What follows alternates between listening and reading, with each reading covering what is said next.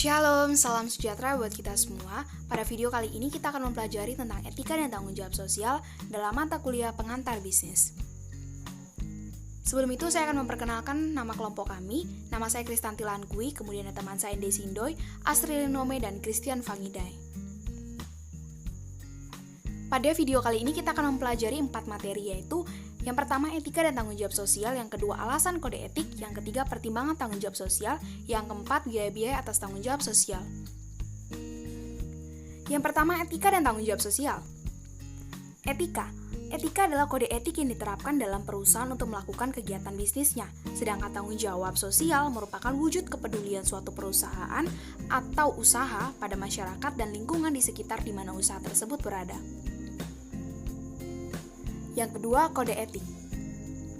Alasan atas kode etik, yaitu membantu memperbaiki iklim organisasi sehingga individu dapat berperilaku secara etis, kemudian meningkatkan kepercayaan publik, dan yang selanjutnya sebagai sarana kontrol sosial. Yang ketiga, pertimbangan tanggung jawab sosial. Pertimbangan tanggung jawab sosial ini diberikan kepada pelanggan, pemegang saham, pekerja, kreditur, dan juga komunitas. Tanggung jawab sosial kepada pelanggan yang dilakukan perusahaan adalah menetapkan kode etika. Yang kedua, memonitor keluhan pelanggan. Ketiga, memperoleh umpan balik pelanggan. Yang dilakukan pemerintah, membuat peraturan keamanan produk, membuat peraturan periklanan, dan peraturan persaingan industri.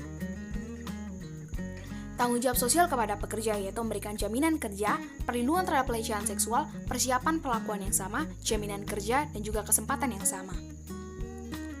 Tanggung jawab sosial kepada pemegang saham. Perusahaan harus meyakinkan tanggung jawab dengan melaporkan keuangan. Kemudian, dana yang diberikan itu harus digunakan dan dikelola dengan baik. Tanggung jawab sosial kepada kreditur. Perusahaan harus memberikan atau membayar kewajiban keuangan. Yang kedua, memberikan informasi kepada kreditur jika mempunyai permasalahan keuangan. Tanggung jawab sosial kepada lingkungan. Pencegahan polusi udara dapat dilakukan dengan peninjauan kembali proses produksi, kemudian petunjuk penyelenggaraan pemerintah.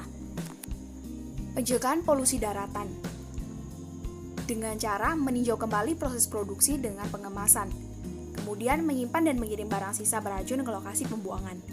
Tanggung jawab sosial kepada komunitas, yaitu mensponsori acara masyarakat lokal, kemudian memberikan sumbangan kepada masyarakat tidak mampu, dan memberikan sumbangan untuk tujuan bidang pendidikan.